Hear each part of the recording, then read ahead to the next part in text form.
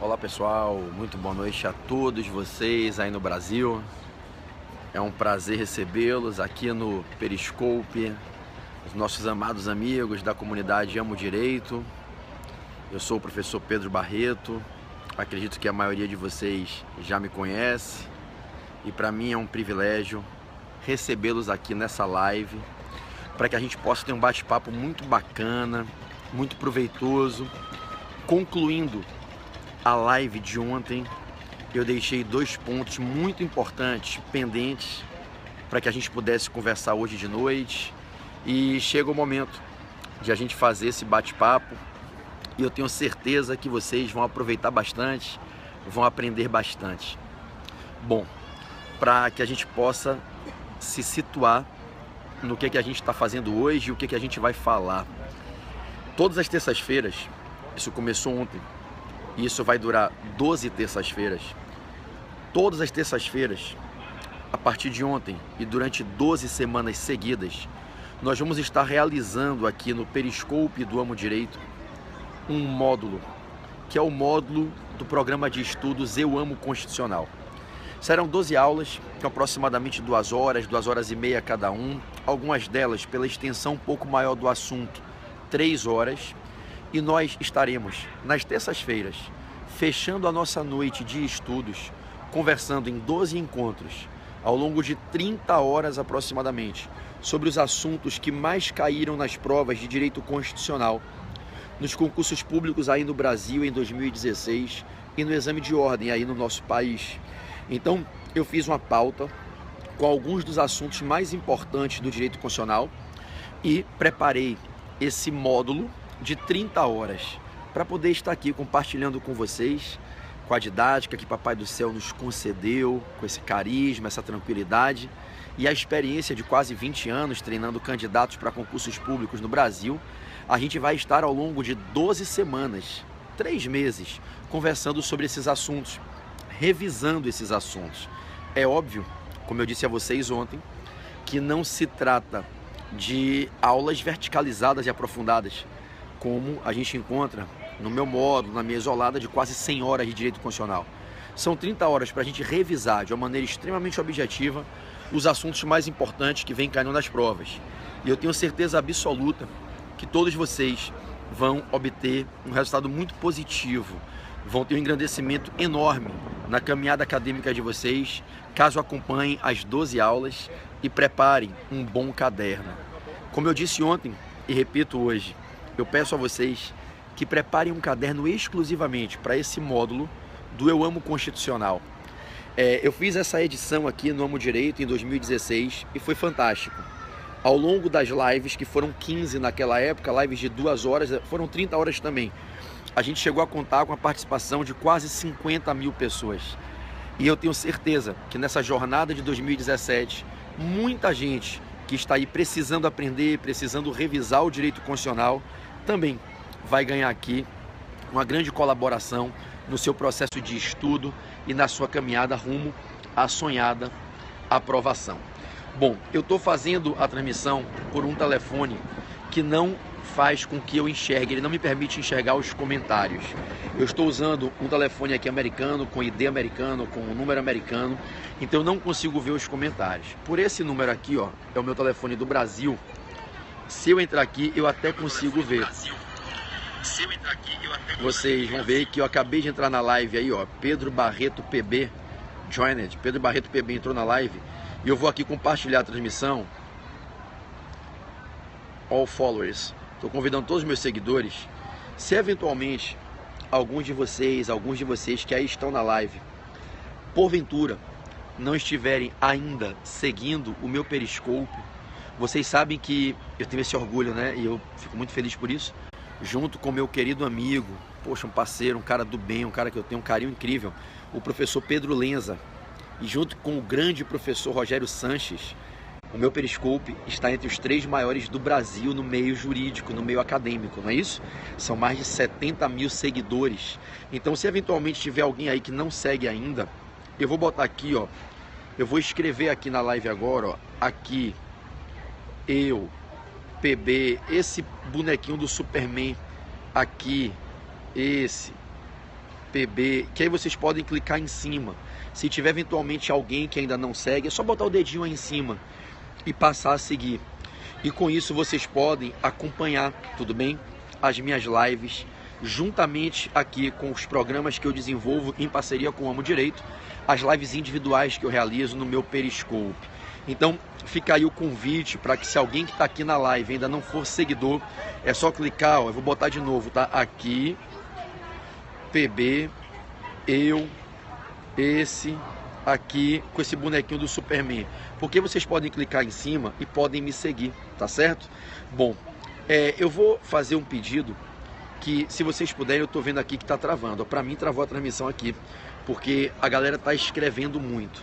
Eu vou pedir carinhosamente, como eu peço em todas as lives, que durante a minha fala vocês não escrevam nada, guardem os comentários para o final, e quaisquer dúvidas que vocês tenham, me encaminhem privado no Instagram, manda um direct para mim, manda uma mensagem para que eu possa responder vocês. Mas eu vou pedir a gentileza de que durante a minha fala não escrevam nada, porque cada vez que você escreve alguma coisa aí, você dispara um algoritmo de restrição.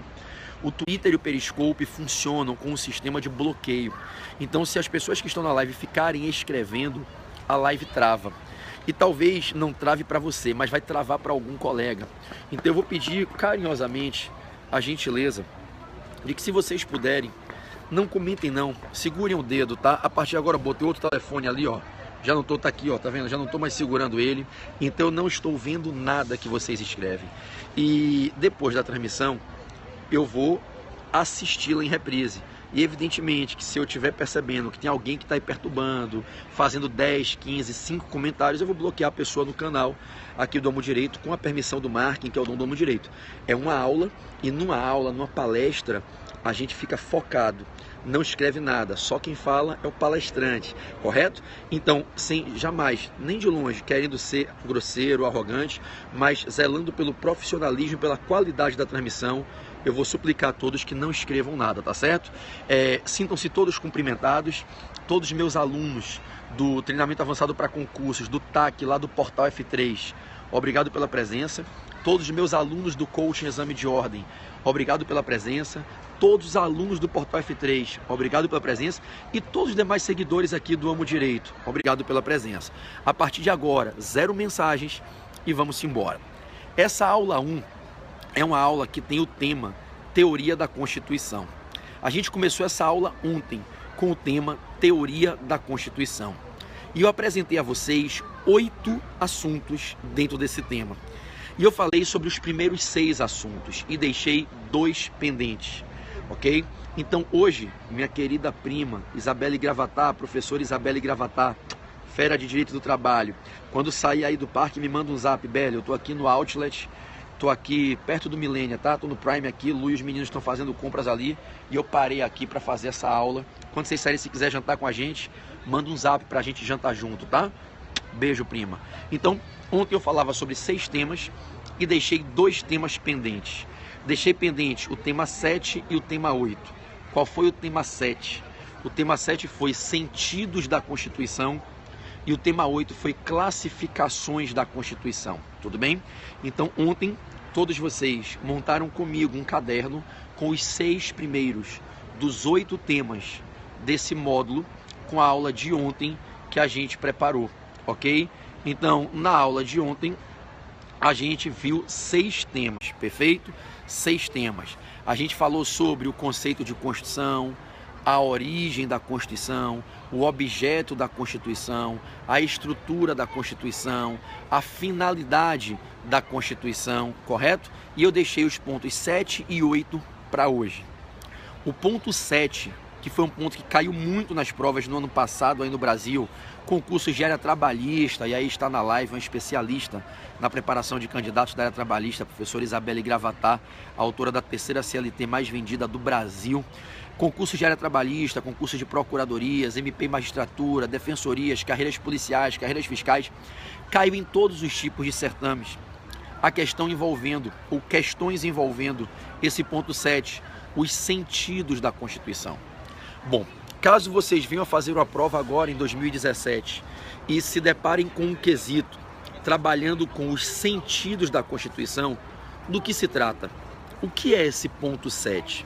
Vejam bem, no Brasil, a nossa doutrina passou a usar essa expressão sentidos da Constituição para apontar 3 visões, 3 percepções que grandes juristas europeus do século XIX tiveram sobre o que seria a Constituição. 3 grandes juristas europeus, 2 alemães e um austríaco. Cada um desses 3 grandes juristas apresentou uma visão. E nessa visão, eles diziam que eles sentiam como uma essência da Constituição.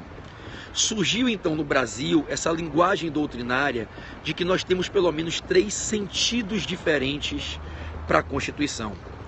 O que eu vou te falar não são necessariamente ideias excludentes, são apenas pontos de vista distintos.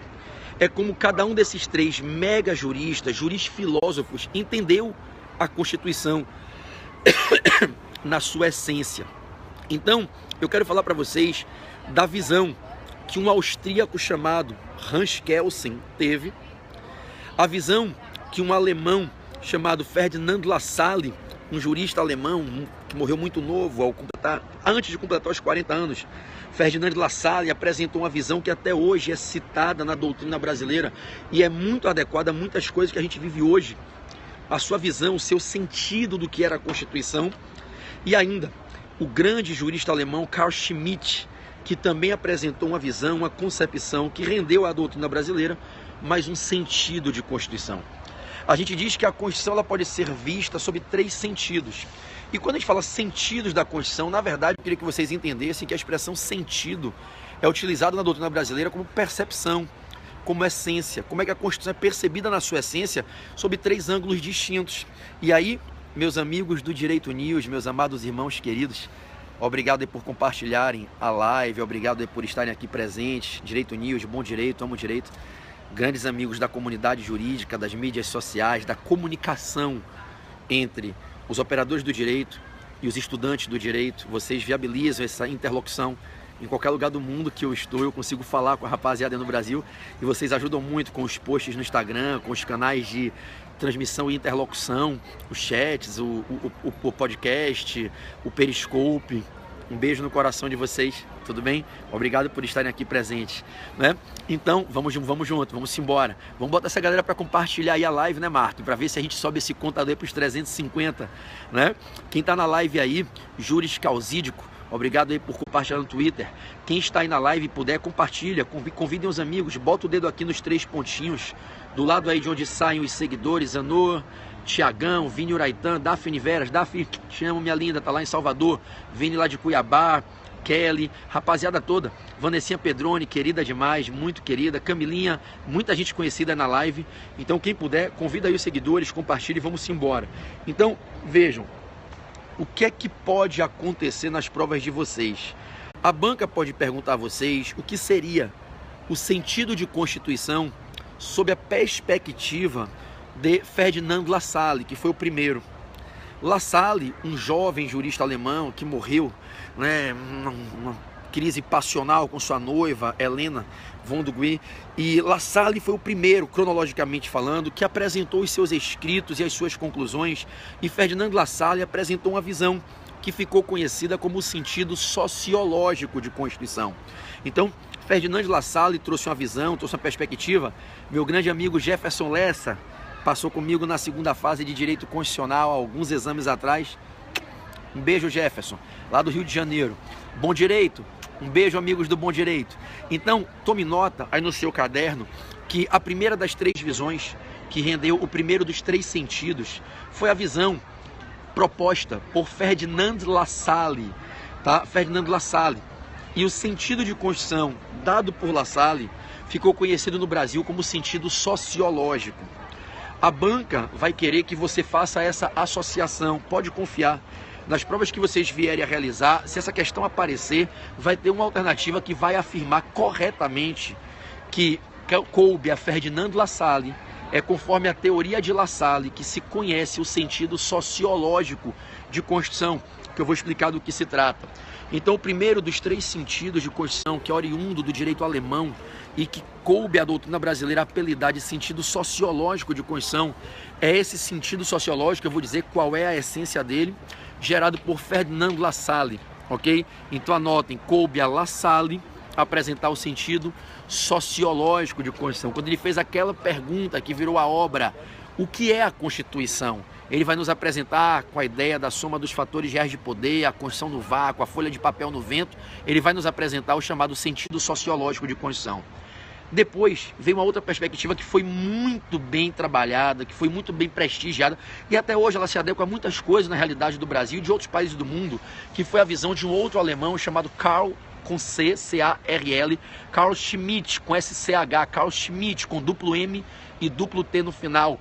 Carl Schmitt, o professor Carl Schmitt, de uma das escolas mais fortes do direito constitucional alemão, o professor Carl Schmitt, que desenvolveu teorias propostas por Rudolf Mendes, por Dieter Green. O professor Carl Schmitt trouxe aquilo que a gente veio a chamar no Brasil de sentido político de Constituição. Então, Carl Schmitt, ele vai trazer o sentido político de Constituição, que vai inspirar obras fantásticas futuras, vai inspirar o pensamento de grandes alemães contemporâneos, como Carl Stein na visão ontológica, como Konrad Hesse na eficácia normativa, na força normativa da Constituição, no seu Die Kraft Verfassung Normative, né? Vai inspirar juristas como Peter Harbelin na Constituição Aberta, na Sociedade Aberta dos Intérpretes. Então, Carl Schmitt foi um dos grandes gênios do direito constitucional alemão, né? E ele foi o responsável por vislumbrar algo que no Brasil a gente chamou de sentido político de Constituição. Então, nas provas de vocês, caso apareça uma alternativa, uma proposição dizendo que o sentido político de Constituição é oriundo das teorias, do pensamento de Carl Schmitt, você toma isso como verdadeiro, como correto, ok? E depois surgiu a teoria que veio de Viena, com o mestre de Viena, Kelsen, que não obstante tenha falecido na América, Kelsen teve toda a sua formação na Áustria, em Viena, na cátedra da Faculdade de Viena, e Kelsen é o responsável por uma visão que ficou conhecida como sentido meramente jurídico, ou simplesmente sentido jurídico de Constituição. Kelsen abdicou de trazer um cunho mais sociológico, um cunho mais político para a sua teoria, muito mais calcada nas ideias que ele apregoava na teoria pura, no positivismo racional dele. Então Kelsen trouxe o que a gente chamou de sentido jurídico de Constituição. Então, nas questões de prova que vocês venham a realizar, se for abordado o tema sentidos da Constituição, a doutrina brasileira reconhece 3 sentidos. E quando eu falo de 3 sentidos, entendam, são 3 percepções daquilo que seria a essência, o papel, a realidade de uma Constituição. E aí nós temos o sentido sociológico, o sentido político e o sentido jurídico. Qualquer concurso que vocês venham a realizar, seja em provões, em provas específicas ou orais, prova do OAB primeira fase, a galera que venha comigo numa segunda fase de constitucional, a prova da segunda etapa, que junto com a de tributário, eu treino vocês para passarem com nota 10. Bato a porra do edital inteiro e fecho a porra do programa todo com vocês. Então, numa prova de primeira ou segunda fase do exame de ordem, numa prova de concurso, qualquer que seja a etapa, vocês vão dizer, existem 3 sentidos e ponto. Não há a consagração de um 4º sentido. Ainda que algumas vozes tentaram na doutrina cogitar de um 4º sentido, a gente trabalha com 3 sentidos de Constituição. O sentido sociológico, o sentido político e o sentido jurídico, ok? Anotem nos apontamentos de vocês que cada um desses sentidos é atrelado a um pensador. E como vos disse há pouco, minha querida ex-aluna, hoje aí uma advogada brilhante lá em Pernambuco, Marina Campos, um beijo, Mari, passou comigo na segunda fase em tributário, né? Então percebam, a gente na prova vai associar o sentido sociológico a Ferdinand Lassalle, o sentido político a Carl Schmitt e o sentido jurídico a Hans Kelsen, ok? Bom, bem objetivamente, o que as bancas mais perguntaram em 2016 e que é o que perguntariam em quaisquer outras provas vindouras em 2017 é qual é a ideia-chave desses 3 sentidos? Qual é a espinha dorsal sobre a concepção ideológica, filosófica desses 3 sentidos? Vamos lá? Quando Lassalle apresentou a sua visão de Constituição, que rendeu o chamado sentido sociológico, Lassalle disse, olha, a verdadeira Constituição de um Estado, a verdadeira Constituição de um país, não é necessariamente aquilo que vocês estão lendo naquela folha de papel escrita com o nome Constituição. Para Lassalle, aquela folha de papel é um mero documento que tenta expor a verdadeira Constituição de um país. Lassalle disse que a verdadeira Constituição é o conjunto de normas que surge e que se manipula, que se aplica conforme a vontade do que ele chamou de fatores reais de poder. Os FRPs de Lassalle. Lassalle disse, olha, existem fatores reais de poder que estão na vida sentida, aurida dentro da sociedade. Os fatores reais de poder são as instituições, são as organizações que realmente movem a sociedade.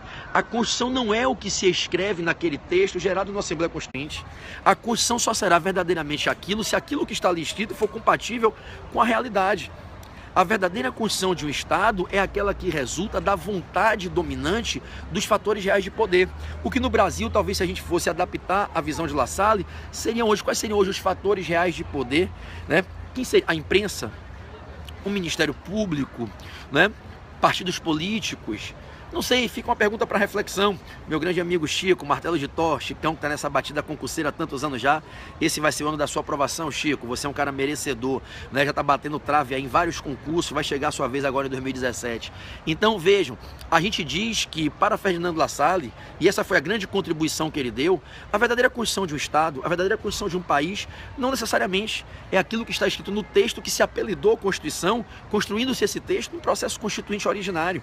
Lassalle diz, não adianta nada a Constituição escrita ter um conteúdo normativo e esse conteúdo não se aplicar na realidade, não ter o poder de reger a vida em sociedade e o que está na Constituição não se aplicar na vida real. Se a Constituição não tem o poder de controlar o povo, de comandar o povo, de limitar o Estado, de proteger direitos fundamentais, ela é uma mera folha de papel. E aí você sabe qual é a Constituição que funciona de verdade? É aquela que os fatores reais de poder querem fazer funcionar. Então, Lassalle adequou a sua visão de Constituição verdadeira, de essência de Constituição, aquilo que na vida em sociedade realmente se sente, se concebe. Por isso se falou de uma visão sociológica de Constituição. Então, para Lassalle, a Constituição ela está totalmente adequada à realidade social.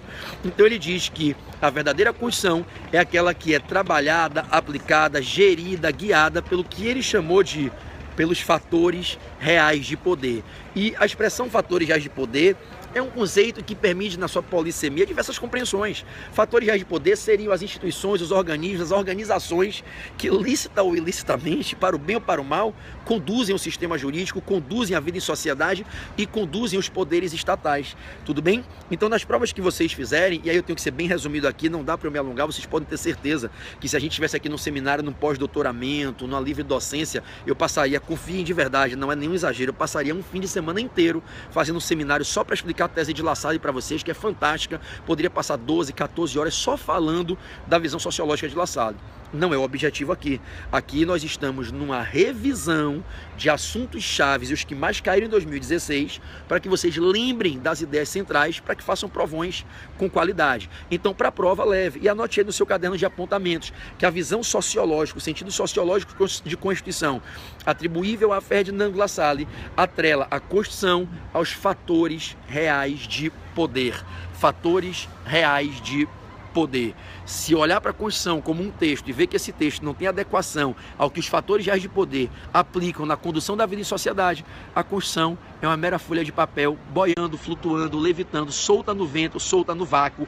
A Constituição é um papel ao vento, é um papel no vácuo, uma frase que ficou consagrada por Lassalle e provocou a fúria de Conrad Hesse quando vem reagir escrevendo a eficácia normativa, a força normativa da Constituição, mas esse é outro papo, não é para agora. Tudo bem?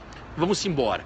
Carl Schmitt viu a Constituição sob outra perspectiva. Não é que ele discordou de Lassalle, tanto que os três sentidos podem se harmonizar. Não por acaso, já no século XX, um grande jurista alemão chamado Peter Harbeli traz a ideia da visão de Constituição total, né, adequada às concepções culturais que congregam, que vão jungir a ideia sociológica, política e jurídica, e ele faz a ideia da Constituição culturalista, da Constituição total, né, a Constituição aberta, vai produzir aquela obra fantástica da sociedade aberta dos intérpretes, em que a sociedade impulsiona fenômenos como a mutação constitucional, colabora com a jurisdição constitucional, tem esses mecanismos incríveis como as audiências públicas, o amicus curiae, né? Então é uma passagem, é uma revolução, é uma transformação na escola do direito constitucional alemão, e eu já venho há muitos anos estudando direito constitucional na Alemanha, né? Então Lassalle, ele tem uma visão Schmitt tem outra, e não quer dizer que se excluam, tanto que no século XX será possível harmonizar isso com Peter Harbely na visão da Constituição total, né? Mas enfim, para a gente entender a visão de Carl Schmitt. Schmitt olhou a Constituição por um outro olhar, com outro ângulo, que não foi o mesmo de La Salle. E o que é que Schmitt disse? Ele falou, olha, vocês sabem o que é a verdadeira Constituição de um país? Vocês sabem o que é a verdadeira Constituição da Alemanha ou do seu país? Não é exatamente aquilo que está no texto, e até aí ele vai parecido com La Salle. A verdadeira Constituição é o conjunto de normas, meu querido amigo professor Alexandre Soares, o maior professor de português jurídico do Brasil. Um beijo, parceiro, o professor galão, o professor gatinho, que bota as meninas babando durante a aula, mas aprendem português. Então, vejam, a gente diz que Carl Schmitt, ele disse assim, vocês sabem qual é a verdadeira Constituição? É o conjunto de normas, estejam ou não dentro do documento chamado Constituição, estejam dentro desse documento ou em documentos que são chamados de meras leis. A verdadeira Constituição é o conjunto das normas que resultam das chamadas decisões políticas fundamentais de um povo. Carl Schmitt diz, o correto, quer dizer, nem o correto, o ideal, em tese, o ideal é que as decisões políticas fundamentais sejam tomadas na Assembleia Constituinte Ordinária. O ideal é que as decisões políticas fundamentais sejam tomadas quando do exercício do poder constituinte originário, ou o que ele chama de decisões políticas fundamentais supervenientes e de adaptação, quando do feitio de emendas constitucionais para adaptar a Constituição às transformações consuetudinárias do povo. Schmitt disse, a verdadeira Constituição é o conjunto de normas que resultam desse perfil de decisão, as decisões políticas fundamentais. Nem tudo que está na Constituição é uma norma gerada por uma decisão política fundamental. Carl Schmitt dizia que existem, e aí um grande abraço ao professor Delta Juiz Marcelo, querido professor, que vem fazendo um trabalho muito bonito também nas redes sociais.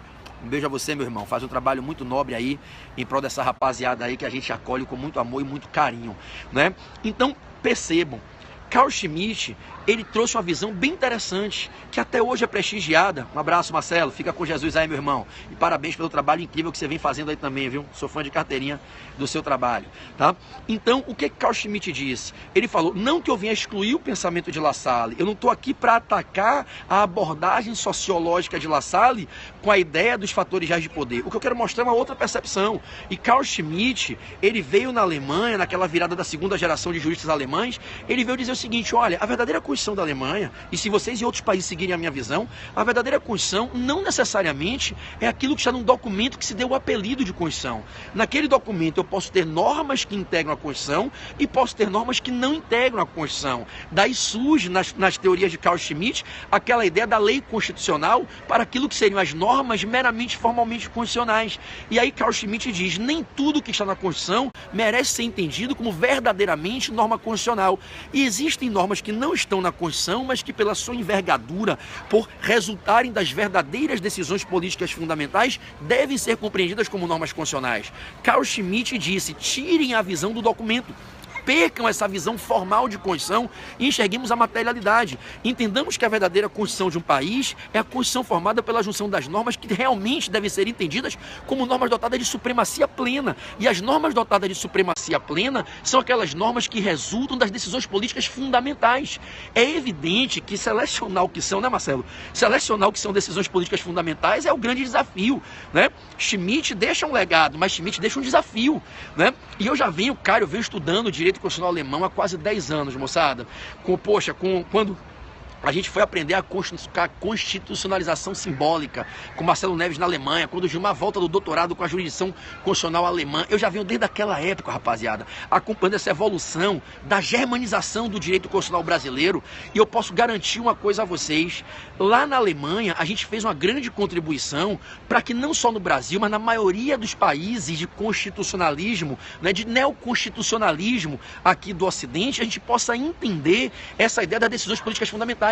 E qual foi o grande contributo que foi deixado por Carl Schmitt? Schmitt disse assim, para o seu povo, na sua localidade, com base nos seus costumes, o que são decisões políticas fundamentais?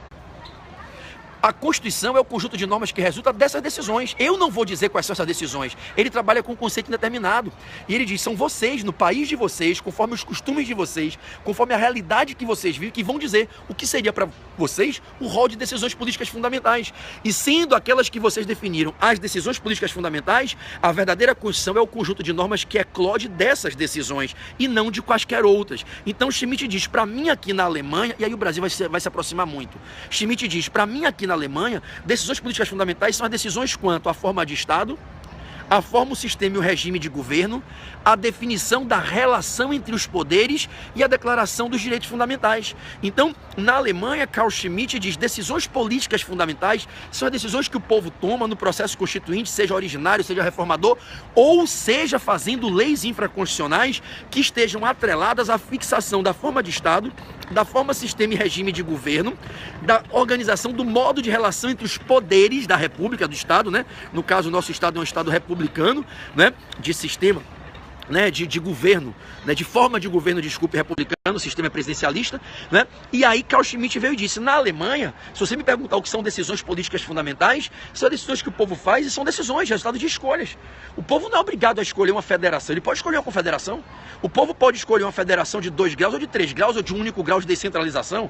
É uma decisão política. Não é uma decisão jurídica, é uma decisão política e é fundamental fixação da forma do Estado. Fixar da forma do Estado, qual é o governo que conduz esse Estado? É um governo de regime democrático ou autocrático? Democracia direta, indireta ou semidireta?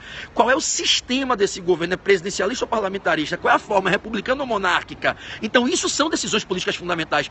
Quantos poderes vão existir no seu Estado? Vocês vão ser como a gente aqui no Brasil, né? De poder judiciário, legislativo e executivo no âmbito federal e estadual, mas somente legislativo e executivo no âmbito municipal? Por que no Brasil não tem poder judiciário municipal, só são 2 poderes, mas no âmbito estadual e no âmbito federal são 3 poderes. Então, Carl Schmitt disse, decisões políticas fundamentais são essas decisões que vão fixar a forma do Estado, a forma, o sistema e o regime do governo, vão fixar um modo de relação entre os poderes, quais são os poderes e como se relacionam. Exemplo, na nossa Constituição, artigo 2º, são poderes da União, Legislativo, Executivo e Judiciário, independentes e harmônicos entre si. Achou seu óculos? Caraca! Olha aqui, o meu grande assistente, o coordenador mirim do Portal F3, ele agora achou o óculos 3D dele.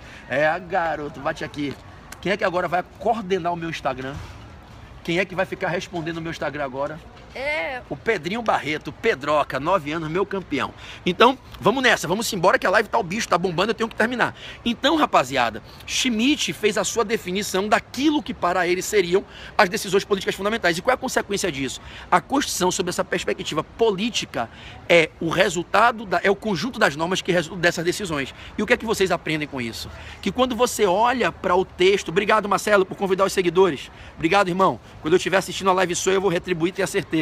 Obrigado pela gentileza, tá? Então, vejam, quando a gente diz que Schmitt proclamou essa teoria política, a sua visão, seu sentido político de Constituição, qual foi a consequência? A gente aprendeu o quê? Só é para Carl Schmitt, só é Constituição o conjunto de normas que resultam dessas decisões. E aí qual é a consequência? Você pode abrir a Constituição brasileira e olhar para as normas que estão ali.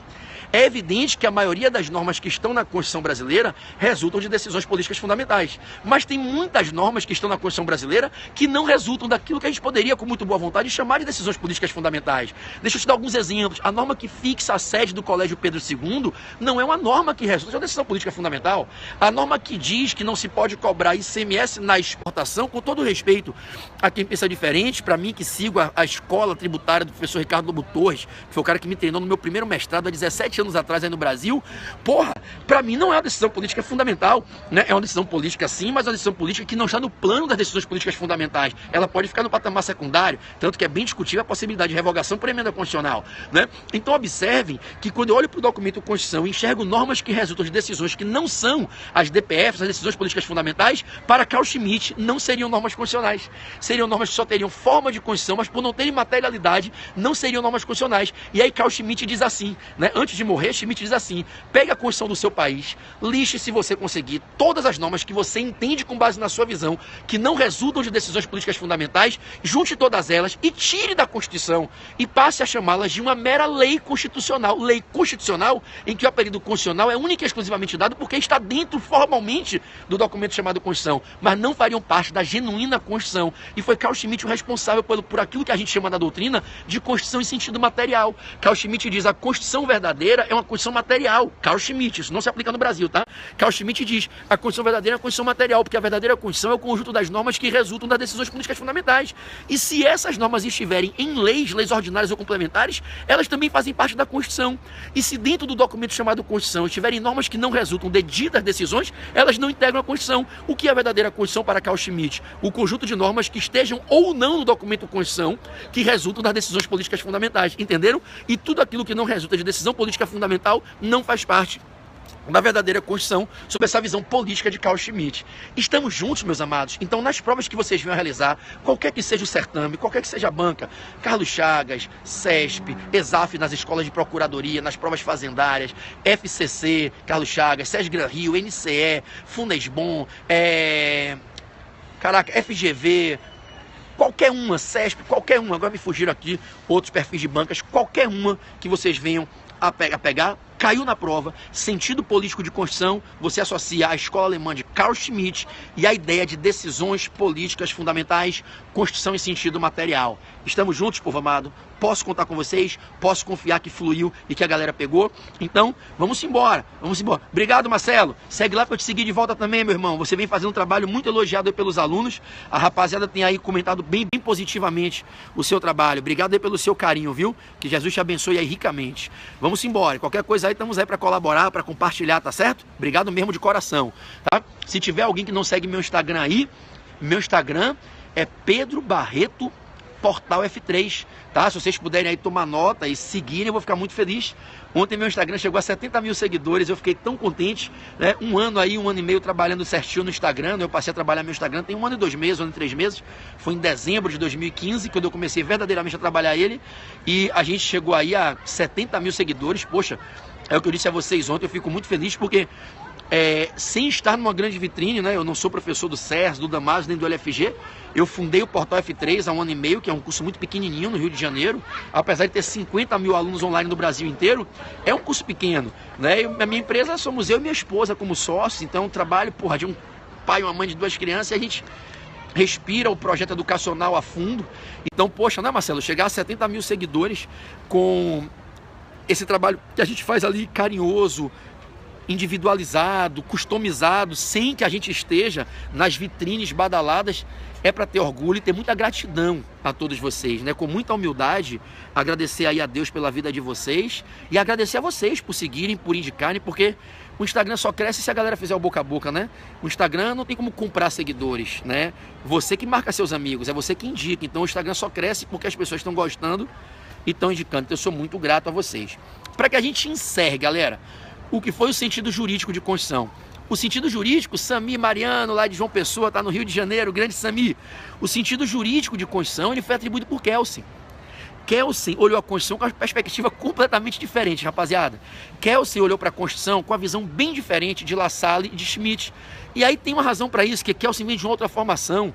É a formação franco-austríaca. Kelsen sofre uma influência muito grande do direito francês e do próprio direito austríaco, que tem ele tem, eu não posso negar, né? Epistemologicamente, o direito austríaco ele tem base, ele tem origem em muitas epistemologias do direito alemão, mas não é, a essência não é muito mais franco-prussiana do que germânico-italiana, né? Germânico-romana. E aí Kelsen tem outra escola, Kelsen vem com outra visão, tanto que quando Kelsen consagra a teoria pura, o positivismo clássico, os alemães quase infartam com Kelsen, né? E aí Kelsen, quando ele vem trazer para todos nós o seu sentido jurídico de Constituição, o que é que Kelsen disse? Kelsen vem com muita elegância e diz assim: eu não quero nem saber do que La Salle, do que Schmitt disseram na Alemanha. Eu estou aqui para apresentar outra visão. Para mim, a Constituição deve ser entendida como uma fonte suprema, dotada de superioridade, que vai dar fundamento de validade para toda e qualquer norma jurídica. E eu, Kelsen, entendo que a gente deve criar um sistema de hierarquia, pois onde não há hierarquia, não há disciplina. E onde não há disciplina, não há segurança. E onde não há segurança, não há sistema jurídico. Então, olha o raciocínio de Kelsen, olha a atomização, a velocidade aqui, para te acompanhar a linha de pensamento de Hans Kelsen. Kelsen diz o seguinte, meu amigo, não há sociedade sem sistema jurídico. Não há sistema jurídico sem segurança e estabilidade. E não haverá segurança se não houver disciplina. Não há disciplina onde não há hierarquia. Então Kelsen traz toda a sua crença para o plano hierárquico. E aí Kelsen traz a ideia de estruturar hierarquicamente as fontes para que uma fonte superior dite os proclames de validade para legitimar a fonte inferior. E aí Kelsen faz aquela ideia do sistema das fontes controladas hierarquicamente, a de cima controla a de baixo, e coloca a Constituição em cima. E aí Kelsen chama a Constituição de fonte suprema e diz que a Constituição fica num plano jurídico positivo, a fonte escrita positivada, né, dando fundamento de validade para todas as leis e tudo aquilo que vier abaixo das leis. Aí surge a visão jurídico-positiva de Kelsen, colocando a Constituição num plano superior que dá os fundamentos de validade, o epicentro distributivo de toda a validade para qualquer lei com uma fonte principal, né, construída, repetida no direito objetivo, a lei que traz as normas, o dever ser, né, as normas regras, normas princípios, as leis com dispositivos preceituais ou principiológicos. Então Kelsen apresenta uma visão jurídica, uma visão jurídico positiva, e ele diz, toda fonte normativa para ser válida tem que estar respaldada na fonte superior. E ele desenha aquela ideia, e surge o desenho da pirâmide, né, de Kelsen, né, em que a gente pega aquela pirâmide, bota no meio as leis, abaixo as fontes infralegais e acima a Constituição. E aí Kelsen disse, a Constituição fica no topo da pirâmide. A Constituição é a fonte do direito positivo, do direito objetivo escrito, suprema, superior. E aí surgiu o conceito de visão jurídico-positiva. Aí, um desgraçado, um miserável de um professor, olha que porra aí, Marcelão, um professor miserável, rapaz, chegou para Kelsen, numa defesa de uma tese de doutoramento, e disse assim para Kelsen, sua tese é linda, mas ela tem um furo. Aí Kelsen disse, mas por quê? Porque você está dizendo que toda fonte, para ser válida, tem que estar amparada na fonte de cima. E se a Constituição é a fonte de cima, quem dá fundamentação à Constituição? Se a pirâmide tem um cume e a Constituição é o cume, quem é que vai dar fundamento de validade à Constituição? Aí Kelsen se viu acuado, mas com a sua genialidade diferenciadíssima, tanto que a gente está aqui, né, anos depois falando dele, né? Kelsen disse assim, meu garoto, é que eu estou tentando lembrar o nome do desgraçado, que foi um jurista polonês, que foi quem deu a Kelsen a chance de perceber, e ali num sopetão, ele trazia a ideia da norma hipotética transcendental, né? A visão lógico-jurídica, né, acima da jurídico-positiva. Aí Kelsen disse assim, existe sim algo acima da Constituição, acima da pirâmide. Notório jurídico, grande Alan, um beijo, Alan, meu irmão querido lá de Fortaleza, né? Esse molecão aí que eu amo de paixão como se fosse o irmão caçudo, um afilhado, grande Alan, fundador da comunidade Notório Jurídico. Beijo, Alan, tô com saudade de você, cara. Pedroca, dá um tchau aqui pro tio Alan, fala tchau, cara. Tchau. Você vai responder muito o comentário do negócio dele, viu? Cara, dono de uma das comunidades mais feras do direito no Brasil. Laís, tá, dá o tchau também. Você quer fazer o quê? O que meu irmão vai fazer. Você quer responder o Instagram do papai também? Então dá tchau pra galera aqui. Essa é a Laís, 7 anos, a pequena jurista, a mini jurista. Quando você crescer, fala pra galera aqui do Brasil inteiro. Você vai dar aula de quê? Fala pra galera te ouvir aqui, Laís. Eu já falei hoje mais cedo. Então, aula de quê? É civil? Não. É penal? Não. É direito o quê? Tributário, constitucional e humanos. Pô, a 7 anos de idade já sabe, para ficar rico é direito tributário, para ganhar o coração da humanidade, direitos humanos, e para dominar a matéria superior, direito constitucional, é o orgulho do papai. Vamos encerrar então, vamos encerrar a live. Então, Kelsen disse assim, existe sim algo que dá fundamento à Constituição, só não é escrito. Por isso ele chamou de norma hipotética, porque ela não é escrita. Mas ninguém na sociedade pode duvidar que existe uma norma que fundamenta a Constituição.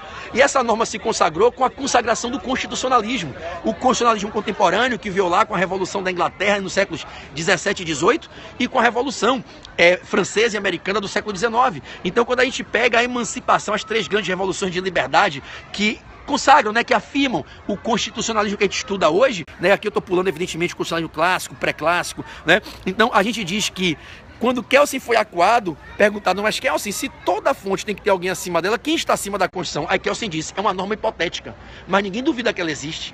Ela é hipotética e abstrata porque ela não é positivada, mas ela não precisa ser positivada. É a norma que as sociedades foram consagrando no evoluir da história. A norma que as sociedades dos mais diferentes países foram consagrando, entendendo a necessidade de uma Constituição que viesse a submeter a ela o Estado de Direito. A gente foi das comunidades sem Estado para o Estado de Direito, para o Estado constitucional. Então a gente reconheceu a necessidade de uma Constituição como algo maior do que o Estado soberano, a divindade estatal se curva à supremacia constitucional. Então Kelsen disse, a partir de quando se consagra o constitucionalismo, se reconhece o papel das constituições, surge na sociedade uma norma abstrata, hipotética, que legitima as constituições. Então a Constituição no ápice da pirâmide, ela é fundamentada numa lógica hipotética que valida o sistema jurídico. Daí ele chamou de norma transcendental, porque está acima da pirâmide, sobrevoa toda a pirâmide, hipotética e abstrata, porque não é positivada e escrita. Daí, nas provas que vocês fizerem, sem medo, podem marcar a letrinha de qualquer questão de concurso que disser assim, o sentido jurídico de Constituição é atribuído a Hans Kelsen,